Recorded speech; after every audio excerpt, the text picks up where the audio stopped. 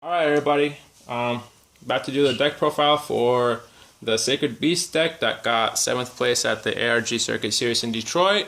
Kevin Schwarzentrooper was playing the deck, and me, Aslan, and Kevin, we made the deck together. And I feel that I should do a little bit more talking as well, since I took participation in this deck. So we'll start off with the ruler, Reflect. Great ruler, you know, it gives a lot of consistency, has the mulligan, pump, and the untapping of the resonator on the front side, and you get a counter for each. And on the back side, we have sending back and canceling a spell and finding a card. Also, the front side, mulliganing, is really good because if you have a Sacred Beast in your hand, then you want to put it into your deck because we don't really play the Sacred Beast from our hand. And you'll see the reason why. So, that's that. And let's go on to the stones. And people have some questions about these stones. Let me lay them out for you first. We'll have 4 of each stone, red, yellow, and blue with green base. So at first we had 4 red, 3 yellow, 3 blue. So it was like this at first. But after some playtesting, we realized that we need some more blue because we play Cheshires often, and sometimes we would play Zwan from our hand, the blue bouncing guy. So we added a 4th one, and then we realized that we also need a yellow one because of our sideboard. So we brought all 4 in there. It also gives a lot of consistency, you know. So you have a variety of stones for Huang Long. So you don't want to, and if we ran, let's say 3 of these, and 4 reds, then if we like draw like 4 reds and then 2 of these and no blue, then we won't have the mana for Huang Long to draw the blue guy. Alright, next up, the resonators. After I fix this, there we go. Resonators. As many green decks run, Elvish Priests, this is your hand. You want this in your hand. You mulligan for this and this.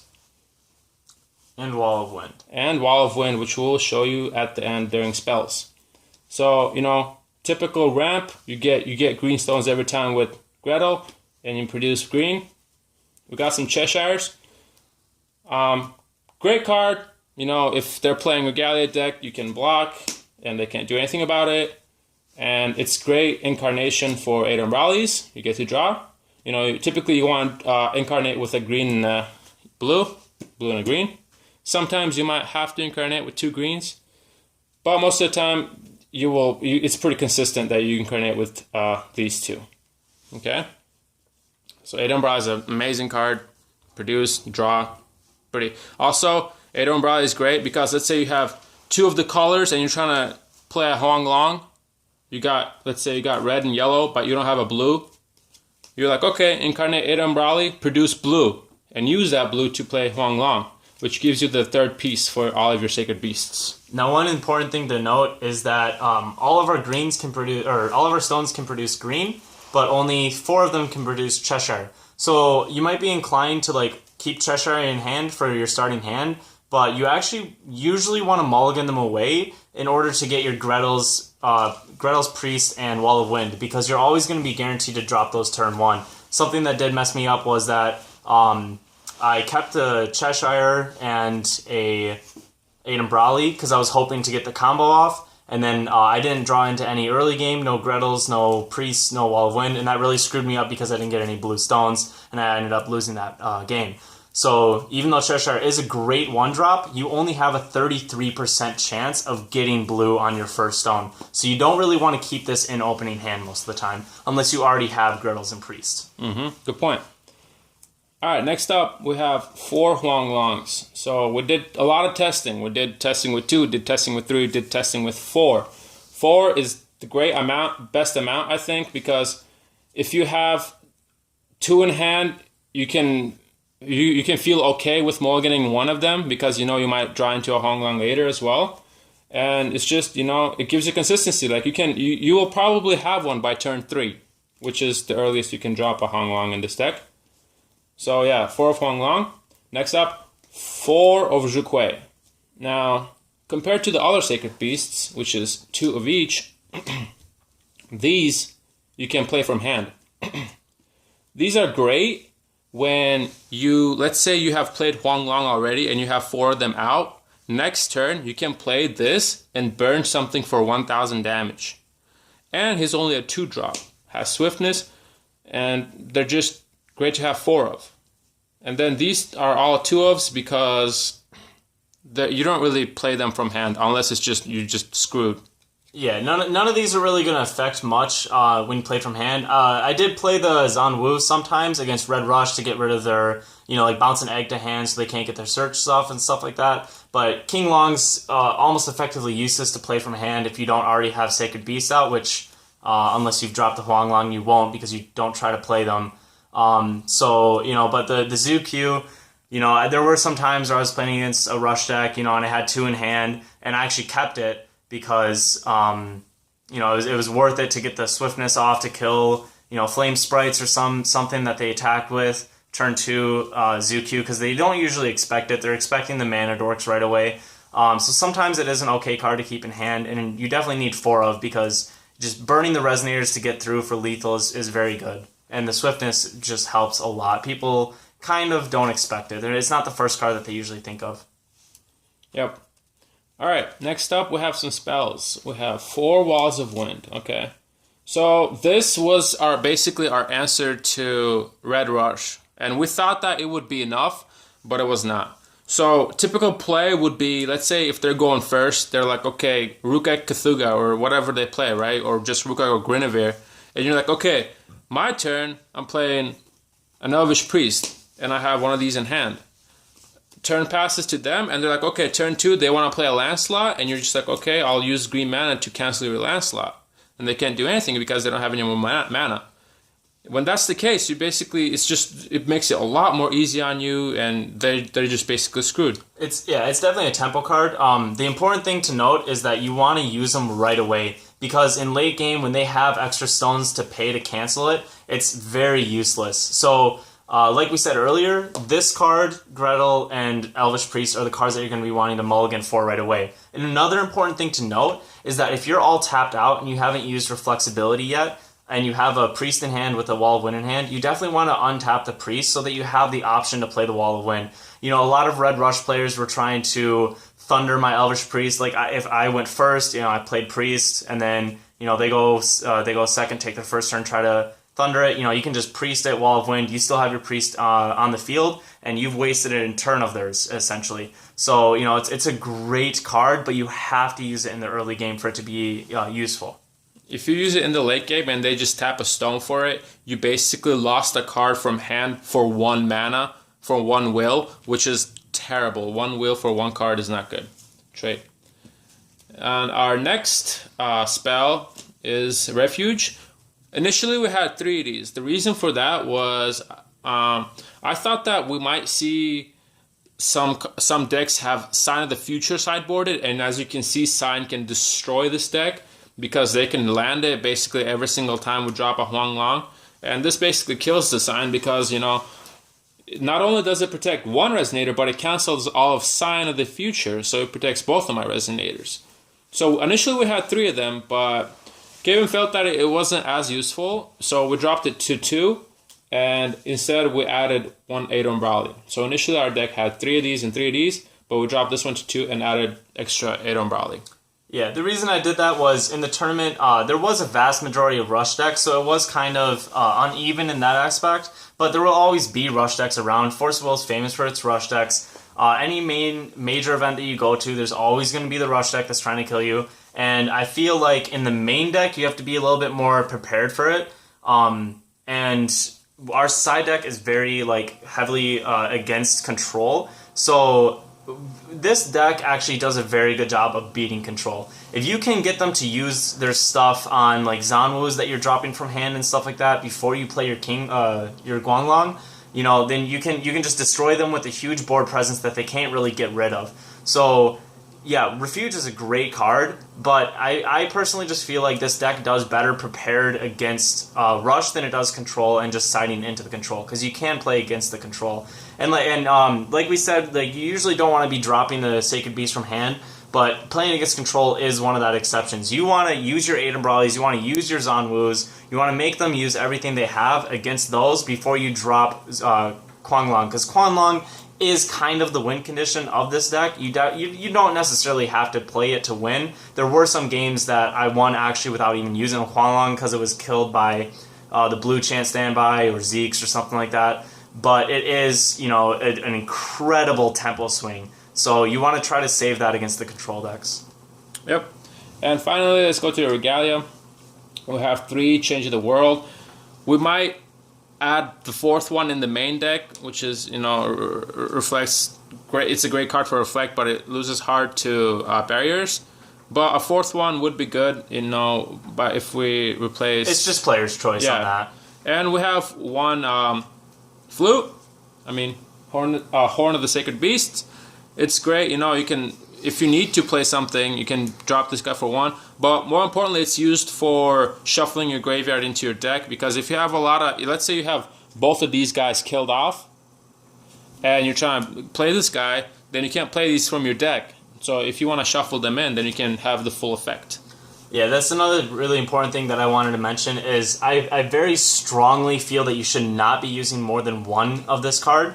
It's very tempting to keep it in starting hands and stuff like that because, you can use it as a mana dork to get out your Sacred Beast earlier.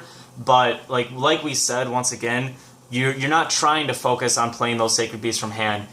Playing them all at once with a Huanglong makes it so much stronger. So essentially this was just for getting ready for decks such as Dark Alice, which is going to use Nyarlathotep and Scorn of Alice to try to get rid of your Huanglongs, or pick on your Sacred Beast once they find out that you only have 2 of each copy. But you definitely don't want to try to run more to use for the mana dork, or it didn't really help me that much in this tournament. But it is necessary to keep it in there just as a safety net, kind of. Yep. All right, so we'll get on to the side deck now. Yes. The side deck has been modified a little bit, and we will tell you which modifications we made. These are the modifications we did not make yet. We had 3 of these guys, we already had 4 Juqueis, but we only had 2 of each in the deck. And I thought that it'd be good to have 1 of each in the sideboard even more, because if you're playing against like Tree or like other control decks, they may be killing off your Huanglongs pretty easily, and you might need to drop a 3rd Huanglong, or even a 2nd Huanglong if they have, killed off one of your beasts. So it's good to have 3 in the deck against those kinds of decks. All right, next up we have got Guibers. So this is good. These are good. You can drop them out pretty easily. If they're not running Susans, then you can play them, without feeling any. You don't have to be afraid. You can, there's a lot of ways you can play Guibers. Like you have a lot of 1-drops. You have Aiden Brawley to make mana and give another reduction. So Guibers were good, and even Caben won one of the games because of these guys. Yeah, and now another reason that we're running these is because there are some cards in our deck that are essentially useless in some matchups. For instance, the Wind Secluded Refuges. Like we said, I was running 3 of these in the tournament, but there were a lot of matchups, especially against the Red Rush, where this is just an absolutely useless card.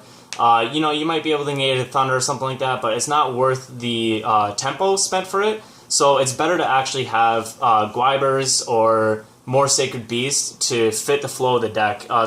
There are some useless cards, so that's why we need to run some just core cards in the sideboard instead of just trying to side for every deck possible that we can play against. So that is an important thing to think about in this deck. You can't just look at all the major decks and try to pick a couple side cards for that. You need to run some backups that just fit the flow of your deck, because you'll get useless cards like the Refuges. I sided out Horn sometimes. And then I actually sided out the Orb sometimes, because I did play against a couple Dark decks, and Barrier of the Shadows is a pretty common sideboard card. So if game 2 you're siding out the Orbs and the Regalia to put in Guibers and maybe another Zanwu or something, they're usually not going to see it coming, and you just essentially wasted cards in their main slot, and now you have cards that fit your flow of the deck better. So you just made your deck stronger and their deck weaker. And the Guibers is a great side deck card because you know, this deck can flood the board with Huanglong, but usually you're not going to have enough mana to get the Guiber out after Huanglong. Usually you're dropping Huanglong the moment that you have 6 mana, so you don't even have 1 extra spare yellow mana for Guiber. So you're not really expecting it, but you can still flood the board. I mean, you got Cheshires, Gretels, Priest, so siding in the Guiber can still be useful. Usually you're not doing some crazy turn 2 Guiber play, but you can still get them off turn 3 with a couple other cards, and it's very strong. This deck doesn't have any flyers, so if your deck, if your opponent is playing a control deck with like Meph as their only resonator or something, this can definitely save you a game or two. So it is a pretty strong side deck card, and they're not going to usually side in Susan against you in game 2. So, you know, maybe you want to side that out game 3, but it is a pretty solid side deck choice. Next up, 2 refuges. We'll definitely have to edit this one. We had 3 in the deck and 1 in the sideboard, but we took 1 out, and I feel like we're gonna still have 1 more in the sideboard, so we're gonna take this refuge out of the sideboard and add something more useful in there. But yeah, just, you know, refuge for refuge, you know.